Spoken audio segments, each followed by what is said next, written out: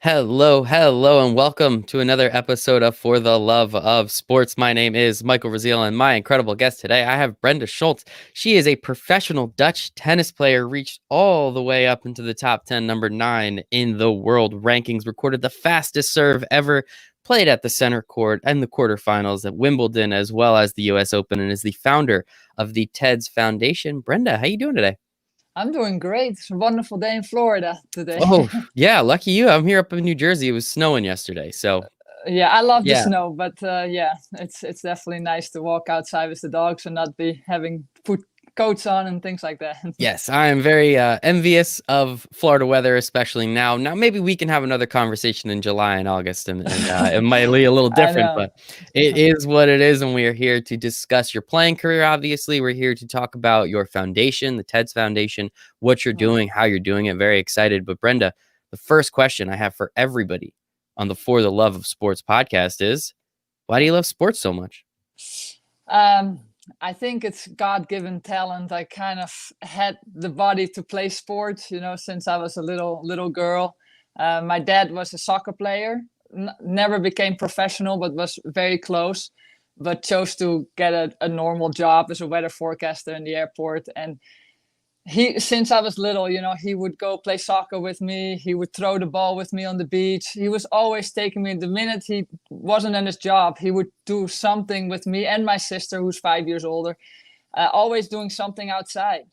So I think since I was young, he took me skiing since I was 3 years old. So yeah, always outside doing sports. That's the way to do it, right? Get outside, be a little competitive, have some fun, stay active. I guess that's the physical aspect. As you said, you had the body for it from a young person and you were able to do that. But I guess what about the other side of sports, right? What about the competition and the community aspect and all of those? Did that ever resonate with you, especially from a young age? Now, I think that's what in the tennis game was a little bit missing sometimes because you're alone. And my dad really picked tennis because he thought it was a wonderful sport for girls. He said in Holland at the time when I was like 8, 9 years old, soccer was more for boys. So almost like playing football, American football here. And now it's changed tremendously. But when I was young, it was just like soccer was for boys and not for girls. So tennis was a great sport that he also started at the same time that I started. It's more individual. So we also with the boys in school, there was a couple of kids that played baseball, and I kind of like the team sports probably a little bit better. Luckily, when I was young in Holland, it's a big team sport, tennis, in a way of like you play club matches. And even when you're 10, 11 years old, I would play with people in the team that were maybe in their 30s or 40s or 50s. But you have two girls on a team and two guys, and you play singles, doubles, and mixed doubles. And it's the whole day on Sunday.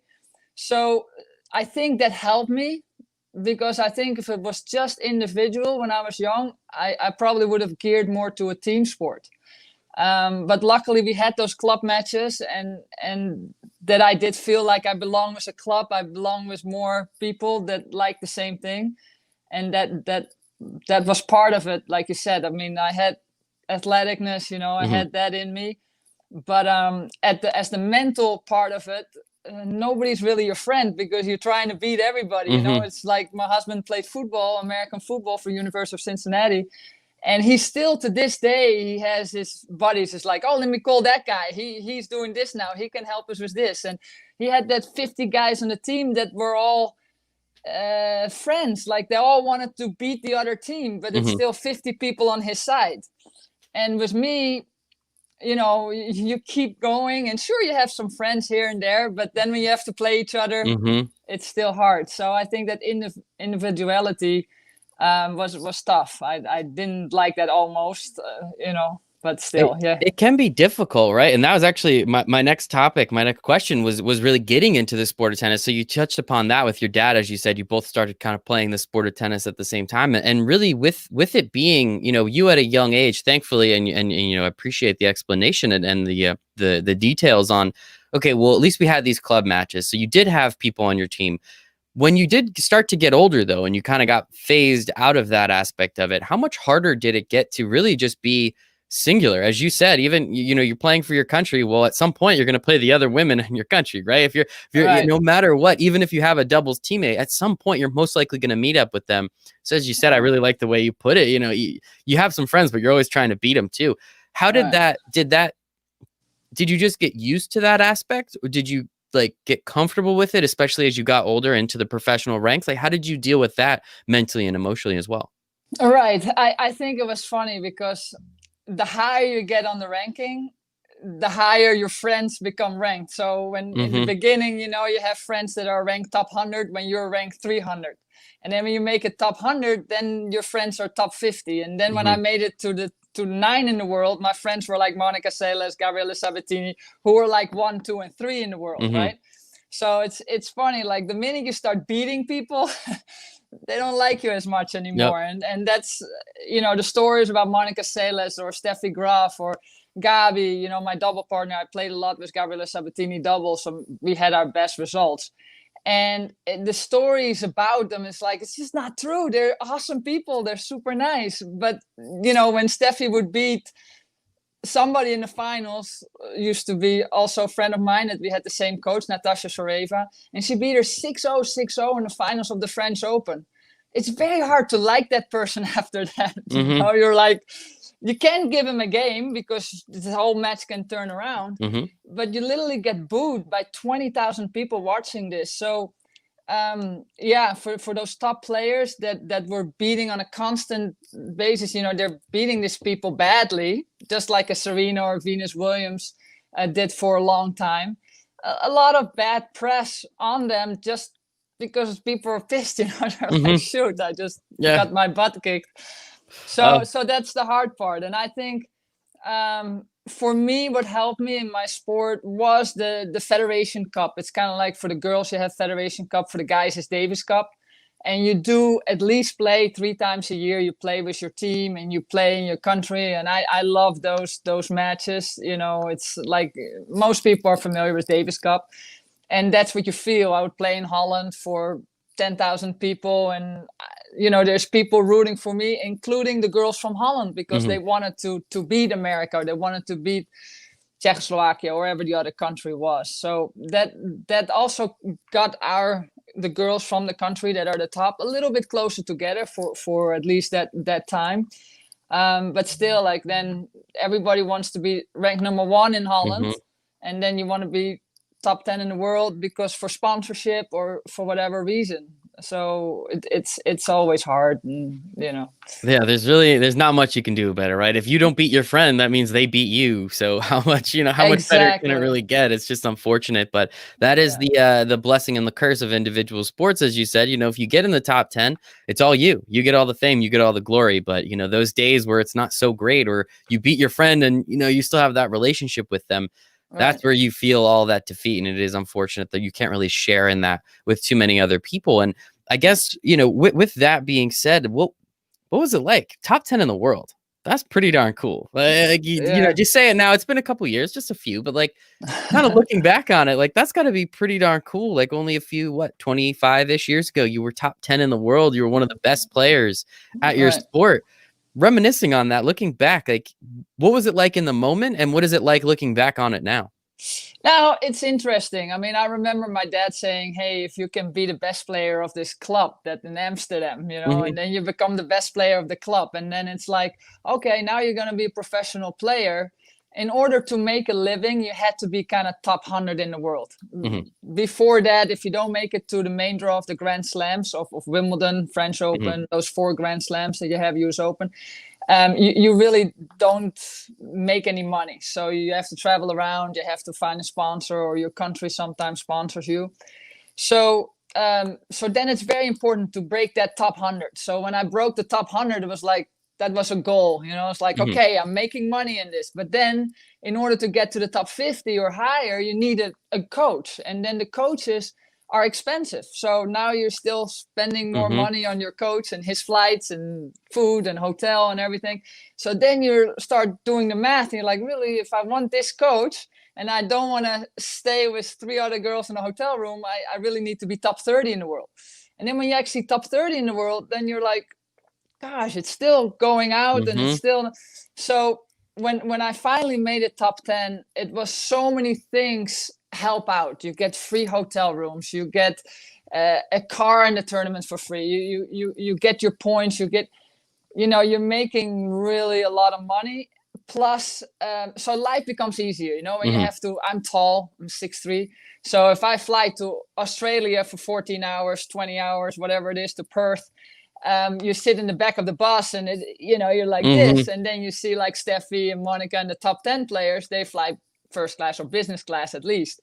So all those things happening. I mean, it's kind of a funny world, because when you need the money for the hotel rooms, when you're like 100, then they obviously, now you're making enough to pay for your hotel room, but now you get the suite, you get the nice, you get in the Masters in the UN Plaza, So it's really nice to, with the ranking, it's like you get so many things with that. You get your car, you can call up the US Open. I want a car to pick me up right here, instead of taking the bus, at a certain time. So life becomes so much easier when you reach that level. So, yeah. And you well deserved it, right? Like, you worked very, very hard to get there, and I understand it is.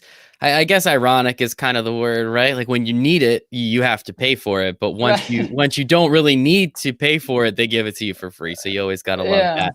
I guess that's just the way of the world. It is what it is. But I still think it is really cool. I still think it's absolutely incredible. Again, you made it to the quarterfinals and two of the biggest, two of the four biggest, as you said, the Grand Slams. I think, what do I have? Wimbledon and the US Open.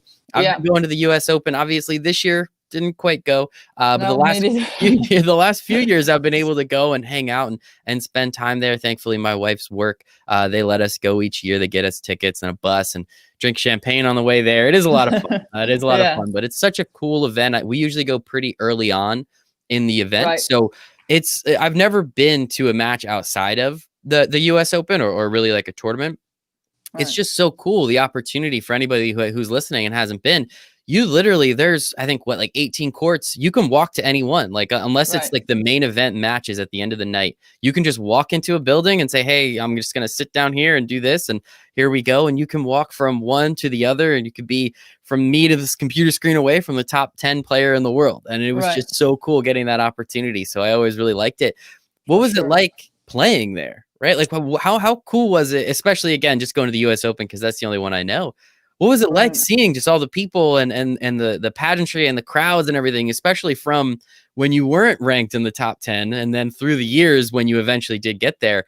How much fun did you have when you were there? Yeah, I remember even playing the juniors there when I was 16, and I stayed in housing in Great Neck with this lovely family, and I took the train, and those people, I stayed there for 3 years, even when my ranking got higher. And then finally, I remember staying in the city and going there. But I mean, every time, like you said, every time my ranking would go up a little bit. So it went from the juniors to then being like 105th, playing the qualifying. And I have to say, New York was the toughest tournament for me to play in the beginning. All the other Grand Slams, especially the French Open, I grew up on red clay in Holland.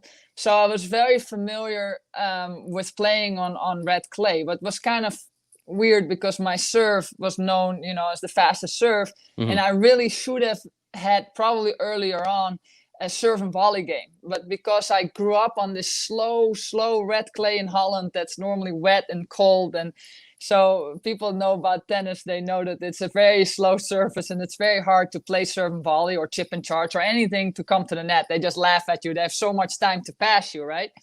So when I came to America and I started playing more on hard court, I had to kind of change my game around. And in the beginning, I did really well when it was fast. So on grass, I knew when to come into the net. And then on clay, I knew I had kind of Western grips, like a Nadal, and I would just hit heavy topspin ball from the baseline. But on the hard court, on US Open is kind of a slow hard court, so it's kind of in between. And I got caught in no man's land. I said, should I come in? Should I stay back? So it took me really till I met my husband, Sean. I was 24 years old and I was 30 in the world. So it wasn't that I was bad, but I would just make it to the second, third round. And in the other Grand Slams, I would make it already to the round of 16, to the fourth round. But then he came and he started kind of filming me a lot, so I could see that my first step, Mhm. that I was too slow or that I was kind of hesitating. And then he started saying, like, every time you came into the net, you won the point. And I only remembered the part that I got passed. Mhm. Mhm. So I was like, no, I went in and the girl passed me. And he's like, yeah, you got passed 5 times, but you won 20 points, you know? So he kind of convinced me, and that helped a lot of like, keep coming, don't stay back. So Mhm. that year that I made it to the quarters, I definitely played serve and volley a lot and chip and charged. And yeah, it started really clicking. But it's a game, a serve and volley game, like Martina Navratilova, Jana Novotná. Most of them, it clicks a little later in life. Mhm. The people that just hit from the baseline and just hit every ball back, like a Martina Hingis or Monica Seles or Jennifer Capriati, all those girls, they kind of Mhm. had like a baseline game. Even Serena, but a serve and volley and a chip, those things takes a little bit time to know where to go when people Mhm. are passing you. So yeah, it's a game that develops a little later. Mhm. And that's understandable, right? If it's something where there's a lot of feel, it sounds like, involved. It's something that you need to see every different type of shot, and there's only millions upon millions upon millions of times to do it. So Right, it's right. after putting in all that practice, and as you said, with your husband being able to film you as well. So shout out to him for helping Yeah, out, and so that is pretty cool, and thankfully you were able to succeed at such a high level. So again, shout right. out to you there. I think that is absolutely incredible. And throughout your career, I did notice that I think it was somewhere in the mid 90s, you actually did have to retire due to some prolonged injuries. What was that like? Because I know with a lot of athletes, you never really get the opportunity to say, I'm done. It's usually somebody else saying, hey, you're finished. And, Right, and right. being an athlete, let's be honest, there has to be a little bit of ego involved. And being an athlete within an individual sport, it sounds like there has to be a little bit of extra ego involved as well. What was it like essentially having to, even if you did say, okay, I'm finished, I'm retired, it was because of something, not because you felt like you were finished. Talk to me a little bit about that, because that just seems like a very heavy conversation to have with yourself and obviously some of your loved ones. Right. Now, what happened was in 1994, I met Sean, and that year I did very well.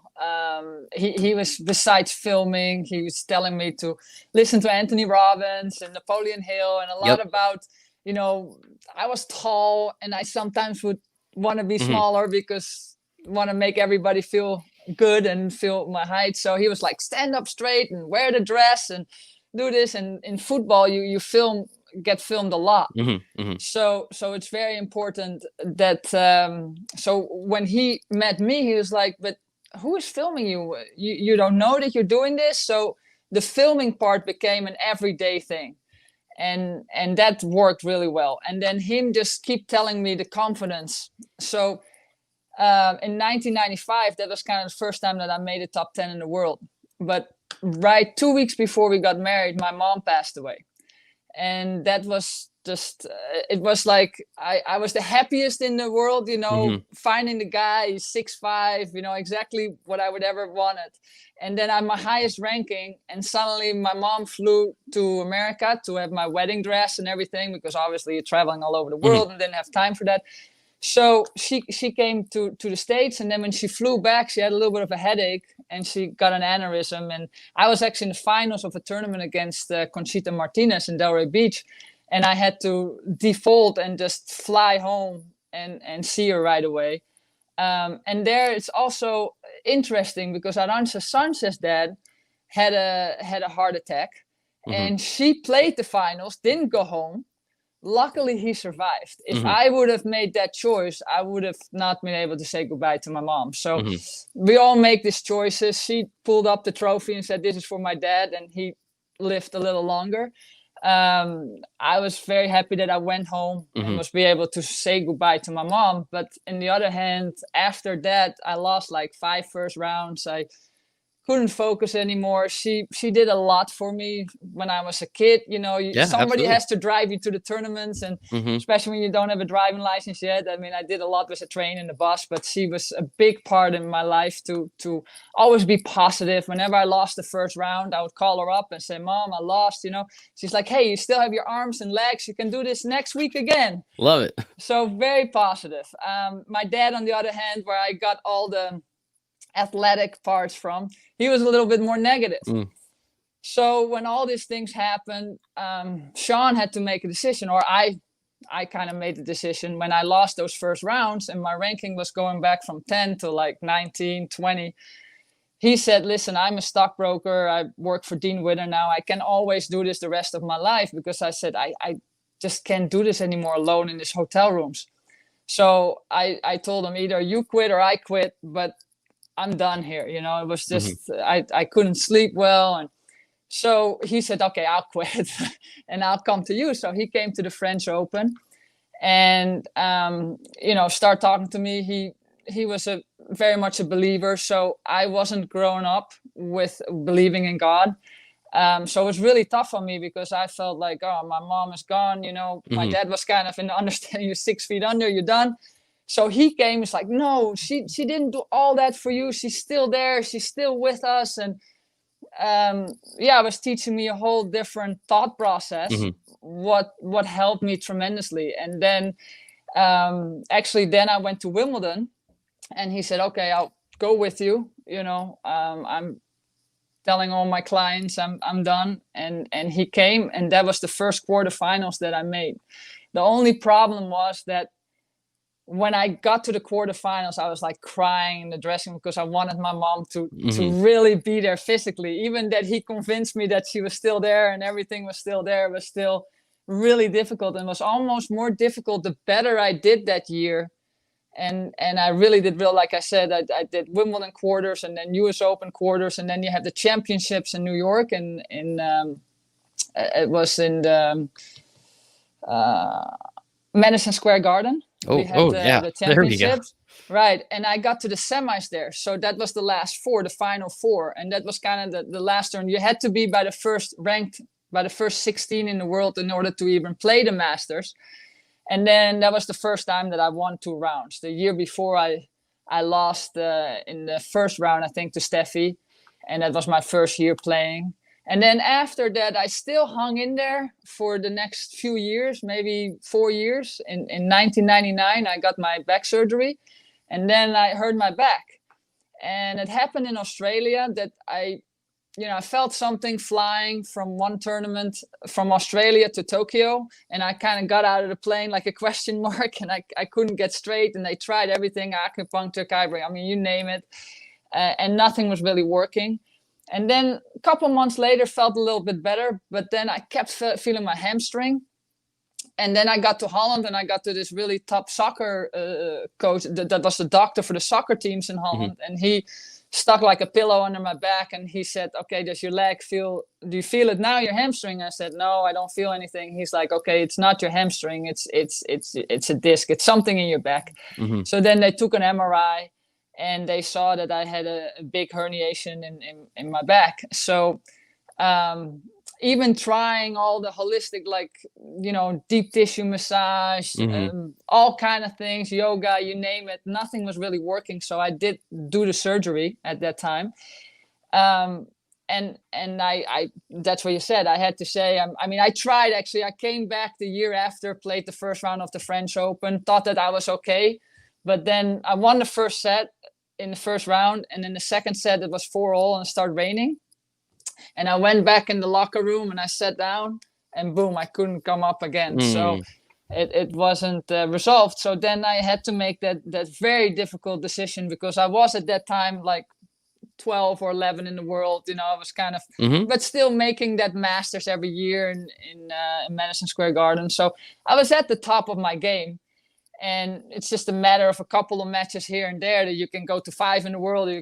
So it's very close. So to make that decision was very difficult. Like you said, you work really hard to get to that level. And so yeah, that was really difficult. But then when I came back, so this is 5 years later, Sean is like, okay, what are we going to do now? And I loved tennis, but I also liked all the other sports. I loved horses. I liked farm. I liked dogs.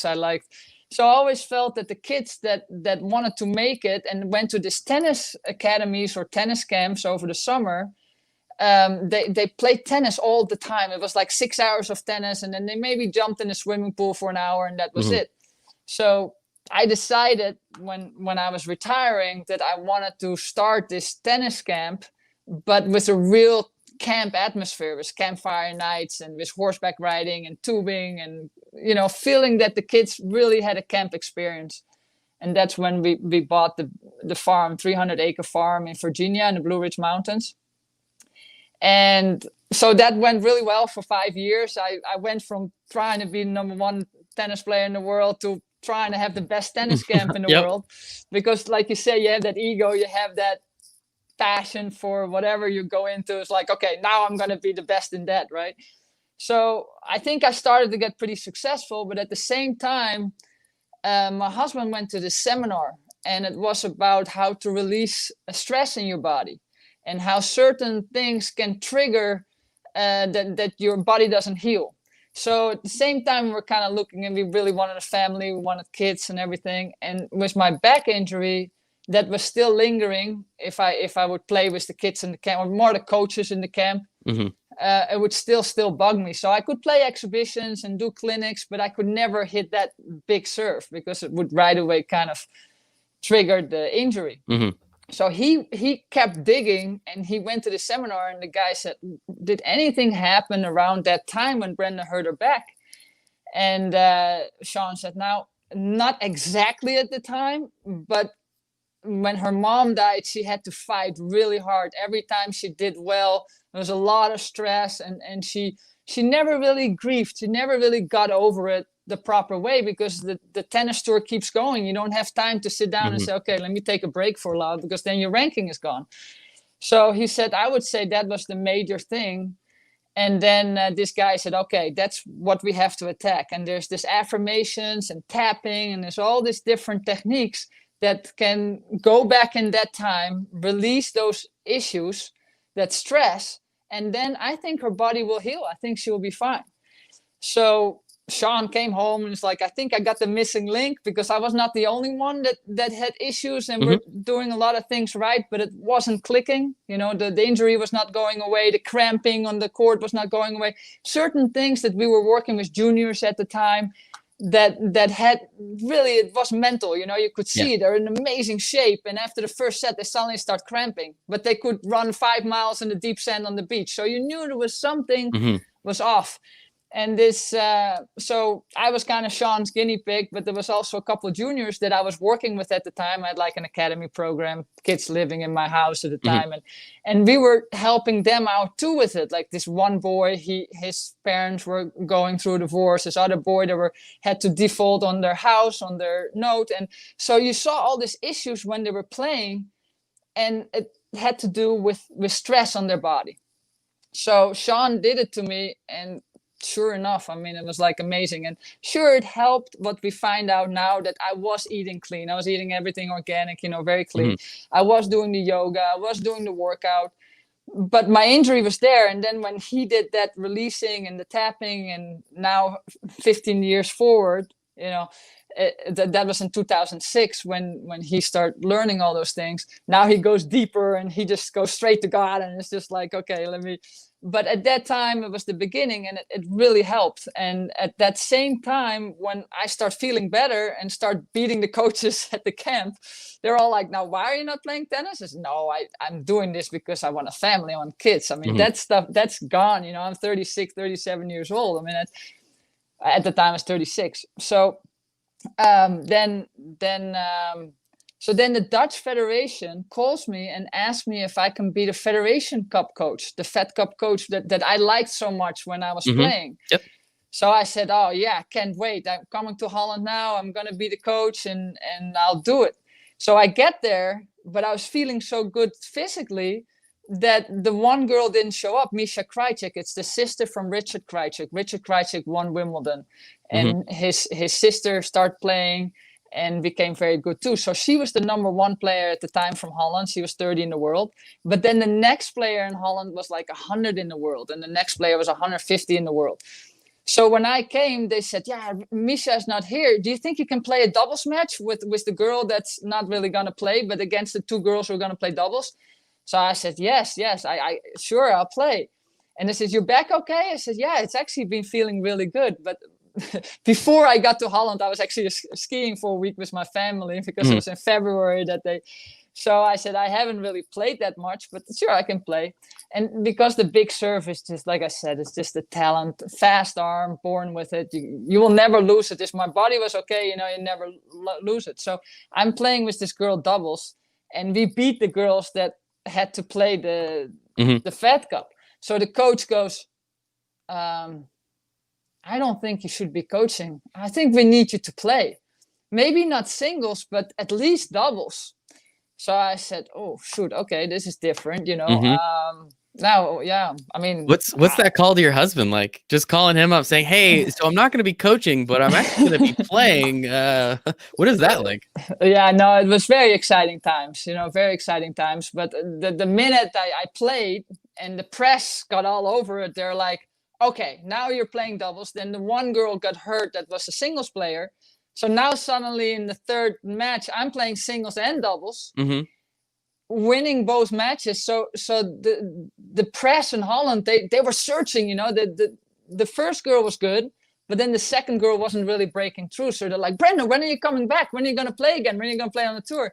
So I was like, oh man, I don't know. So I had disability insurance at the time with Lloyd's of London, and I had to give the money back that they gave me at the time. What was, when I was playing, it wasn't that much. When you're top 10 in the world, you're making that. But now with the camp and everything, in order for me to pay that back, I would have to sell the farm pretty much in order to do that. So I was like, the Fed Cup I could play because there was no points. It wasn't the WTA tour. It was just for your country. But then if I really wanted to come officially back on the tour, I would have to do something with them. So I was playing a lot of exhibition matches, and this guy Craig Lindner from Cincinnati, he's like, Brenda, this is the thing that I would give him. And I say, you give all your prize money, whatever you make, you give back to them if they allow you to play again. And so that's what I did. So I just started again, and that's when I hit my 37 in Cincinnati, because my husband is from Cincinnati. Grew up there, played football, so we were very close. The guy Craig Lindner that I was mentioning, they kind of sponsored. They were the owner of the tennis tournament, so that was the first tournament who gave me a wild card, and that means I had to start over. So my ranking was 1500 in the world. So you don't get in anywhere. So I had to play all the 10,000, the 25, the futures they call them, just start from the bottom, work my way up. So Cincinnati was the first tournament who gave me a wild card. That is so cool. Yeah, so then I played on the center court again, on a big court with a speed gun. And that was kind of the first time that I played on the speed gun. And then the clock set 130 miles an hour. And that was at the time world record, because Venus had her serve at 127 miles an hour. When I quit and I hurt my back, I had the record, but it was 123 miles an hour. So actually coming back, and I think, having to do all those exercises for my back, because it was very important that all the muscles around my back were strong, even that it was feeling better. It's just very important to do that. So a lot of new things, working out wise, were coming out: kettlebells, club belts, ropes, you name it, that I never had 10 years before that. So I think I was in better shape when I came back than when I was even playing before. You learn so much over the years. So that was awesome to do it in my husband's town, and everybody stopped the clock, and they were like 130 miles an hour. Now the only problem with that was that I got the wild card in the qualification. So it was the qualifying, that it was the last round in the qualifying that I was playing. So it's on a center court. That night, Serena played on the same court in Cincinnati. But Venus I don't know if she got upset, or her managers, because Venus and me, we play a lot of exhibitions here in Palm Beach. But they said because it was the last round in the qualifying, they were not going to count it. And that happened a year later, like maybe a year and a half later, because it was in the World Book of Records and it was everywhere clocked. So then I wasn't playing that much with that ranking. I was trying to get up. It took me 2 years to get back to like 120 in the world. And so I wasn't playing on the big stadium courts. And even when I was in Holland, they gave me a wild card for this grass tournament. On grass, it's cold. It's Yeah. hard. I hit like 126, 127, but couldn't break that record. And then even the year after, now I'm in the main draw of Cincinnati. I had to qualify, but qualified and got to the main draw of Cincinnati, playing the quarters against Patty Sneeder, who was also kind of coming back. And it was cold. We played 8 o'clock at night. Again, the balls were heavy. It was just, and I tried my heart out, and I kept looking at that clock, and it was like, I think the fastest one was like 127, 128. But that 130, yeah, you just don't do it nobody does, I would hit like a steady serve of 125, 126, and all the players will say that. Most players would hit one a set. Most of them are like below the 120, like mid 110, 115. But I always had like a pretty steady serve like that. But so it was too bad because, even that, I think one girl hit it now 131 or something. Whoa. But it's still the 130. You have to really search for it. And I have my World Book of Records that it's in. But hey, if you got that, I think that's important. But no, Brenda, I think your career, it's such a cool, and again, very grateful that you came on the show to tell us a little bit about it, because again, it's, injuries are such a part of careers and the ups and the downs. Obviously the unfortunate incident, losing your mother, especially as you said, 2 weeks before your wedding, your highest world ranking, all these things are going well, and something, had to come and I guess ruin the party, for lack of a better term. So it is unfortunate, but that is life, I guess. It's sometimes those things just happen, and you seem like a pretty strong person, so it seems like you're back here on the other side, I guess. And so the last topic I do want to talk about is you've started a foundation as well, the TEDS Foundation, and that's actually how we got connected. So please, again, thank you so much for the story on your career, but now I want to know what you're up to after your career was over. So tell us a little bit about the TEDS Foundation and what you're doing. Right. Now, what we found out, obviously, the way Sean, my husband, healed me, healed my back, and healed a bunch of kids that we were working with at the time, with the stress, the elimination of that. And then we figured it had to be a whole package. It wasn't, because if they didn't eat right and they put a lot of food in their body that caused stress.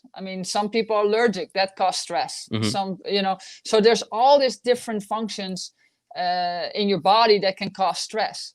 By me, it probably was my mom, but even after that, things happen, and you constantly have to kind of work on that. So when we got the camp back and we started really like, okay, we're going to do the tennis camp again. Now we are going to feed all the kids organic and a very clean diet, because in the beginning it's expensive to feed all these kids a certain way. So we also had a big garden, and we have our own chickens, and we have our own cows now and everything like that, because the closer you can get it, the cheaper it is, and you can get the good stuff. So anyway, when we helped a couple other families with different things, and this one lady, she said, why don't you start a foundation, and why don't you do this for families? You still have your tennis, it's still you're still going to attract a lot of tennis players, but it was really for everybody now that has certain issues, that, like you said, I lost my mom. There's people in not just being an athlete, but they're just have to go to work and their back stiffens up and they can't live their life anymore. They can't play with their kids, or they can't have a family.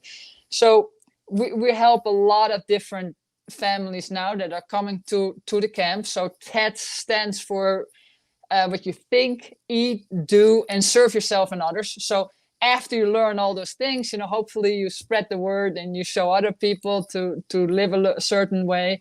What we did figure out is that organic food is expensive. So what we're trying to teach is families, just like, we don't have a gazillion dollars to just shop everywhere we want. So we figured out a lot of ways to order things online or go to Costco, and a lot of ways that we teach the people grow their own stuff if they can have a grow tower or things like that.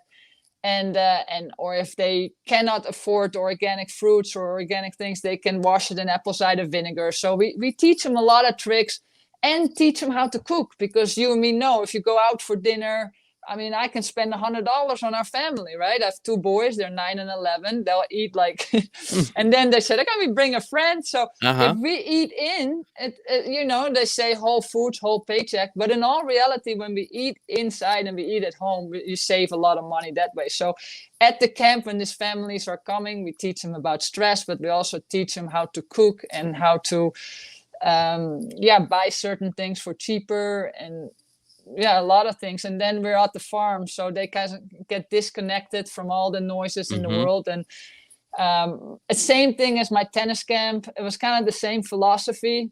When you bring your family, you don't really want to bring them to a building and get all this. I mean, it's way more fun if you can go tubing in a river, and then you can Mm-hmm. go paddleboarding in a lake, and then learn some things about stress and this and that, and then you go horseback riding, and then you go, you know, feed the pigs and get the eggs. So I just thought it would be great in that feel to it, you know, that you're in a farm, and yes, you learn things, but you're also having a great week with your family and get to disconnect a little bit. That is fantastic. Think, eat, do, and serve yourself. I like that a lot. And I think it's completely true, right? As you said, you know, whole food, whole paycheck. That's very true. We've kind of seen that. We just had Whole Foods put in not too far from where we live. And while yes, the quality is a little is higher than, you know, our local shop, right? It's also like 2 times as expensive. And, you know, hey, I'm not here making $1 million yet. So a little difficult, but it is true, right? My parents have pretty much always had gardens when I was growing up, and that always just made it very easy. You didn't have to go out and buy tomatoes. You just went and picked a tomato. My grandmother